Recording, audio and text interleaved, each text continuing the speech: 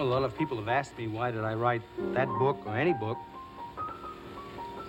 All the stories I wrote were true because I believed in what I saw. I was traveling west one time at the junction of the state line of Colorado, its arid western one, and the state line of poor Utah. I saw in the clouds, huge and massed above the fiery golden desert of Evenfall, the great image of God with forefinger pointed straight at me through halos and rolls and gold folds that were like the existence of the gleaming spear in his right hand, which saith, "Come on, boy, go thou across the ground. Go moan for man. Go moan. Go groan. Go groan alone. Go roll your bones alone. Go thou and be little beneath my sight. Go thou and be minute as seed in the pod. Go thou, die hence. And of this world report you well and truly." Anyway, I wrote the book because we're all gonna die.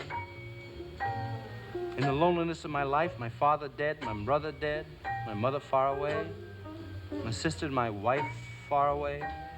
Nothing here but my own tragic hands that once were guarded by a world of sweet attention, that now are left to guide and disappear their own way into the common dark of all our death.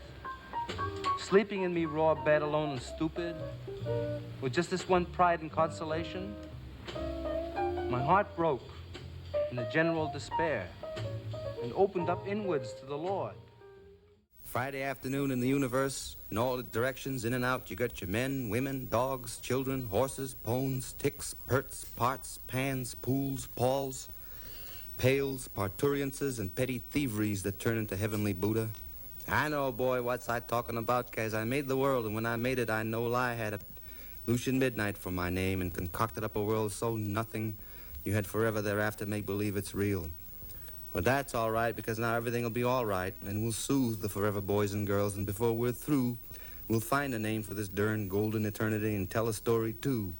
But you ever read a story as vast as this that begins Friday afternoon with working men on scaffolds painting white paint, and ants murlaying in little black dens, and microbes warring in your kidney, and messerules microbing in the innards of Mercury, and microbes dreaming of the ultimate microbehood, which then ultimates outward to the endless, vast, empty atom, which is this imaginary universe, ending nowhere, and never even born, as Bankei well polled when he ferried his mother over the rocks to Twat UT, and people visit his hut to inquire, what other planet features this?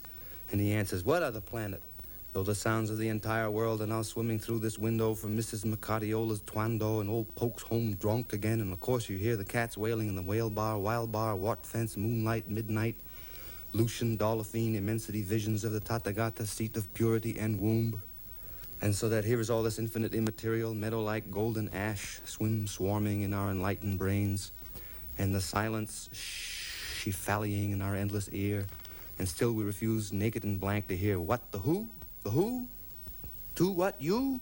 We'll say the diamond boat and Persipine, Recipine, Milltown, Heroine, and Fac, matches the silver ages everlasting, swarm swallowing in a simple broom, and at night you raise the square white light from your ghost beneath the root-drinking tree, and coyote won't hear you, but you'll ward off the inexistent sea devils just to pass the time away, and meanwhile it's timeless to the ends of the last light year. It might as well be getting late Friday afternoon where we start so's old Sound can come home when work's a-done and drink his beer and tweak his children's eyes.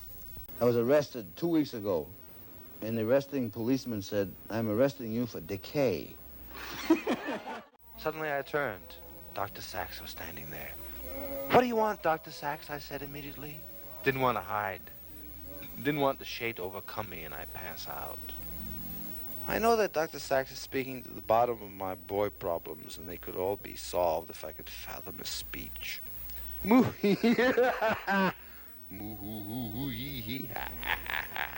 Came the long, hollow, sepulchral sound of triumphant Dr. Sachs's profound and hidden laughter. I made my own cackle laugh with hands cupped in the excruciatingly exciting dark shadows of Saturday night. How eagerly the youth doth pursue his legends with hungry eye, whispered Dr. Sachs, much amused. Would now the Korans of the grown-up gulpitude make keen misery of that hitch? A hitch will disgust your mind in time. A hitch is called time in prison. You'll come to rages you never dreamed. Me? Says I. Why? He says, you'll come to when you lean your face over, the nose will fall with it. That is known as death. You come to angular rages and lonely romages among beasts of day in hot, glary circumstances made grit by the hour of the clock. That is known as civilization. You roll your feet together in the tense befuddles of 10,000 evenings in company in the parlor in the pad. That is known as socializing. You'll grow numb all over from inner paralytic thoughts and bad chairs. That is known as solitude. You'll inch along the ground on the day of your death and be pursued by the editorial cartoon Russian bear with a knife. And in his bear hug, he will poniard you in the ready blood back to gleam in the pale Siberian sun. That is known as nightmares. You look at a wall of blank flesh and fritter to explain yourself. That is known as love. The flesh of your head will recede from the bone, leaving the bulldog determination pointing through the peak-jawed, tremulo jawbone point. In other words, boy, you'll slobber over your morning egg cup. That is known as old age, for which they have benefits. By and by, boy, you'll rise to the sun and propel your mean bones hard and sure to huge labors, great steaming dinners, spit your pits out, aching cock-love nights and cobweb moons, the mist of tired, dusted evening, the corn, the silk, the moon, the rail. That is known as maturity. But you'll never be as happy as you are now in your quiltish, innocent, book-devouring, boyhood, immortal night. So there he goes, Dean Moriarty, ragged in the moth-eaten overcoat he brought specially for the freezing temperatures of the East, walking off alone, and last I saw of him, he rounded the corner of 7th Avenue, eyes on the street ahead, and bent to it again. Gone.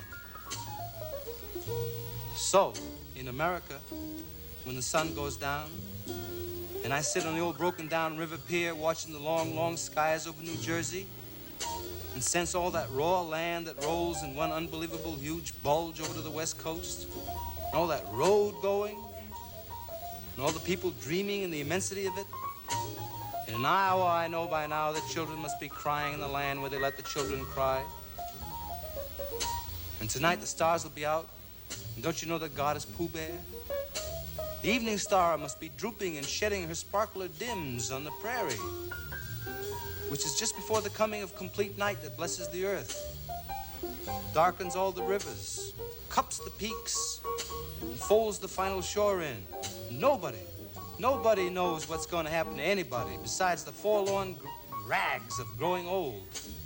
Think of Dean Moriarty, or even think of old Dean Moriarty, the father we never found. Think of Dean Moriarty, I think of Dean Moriarty.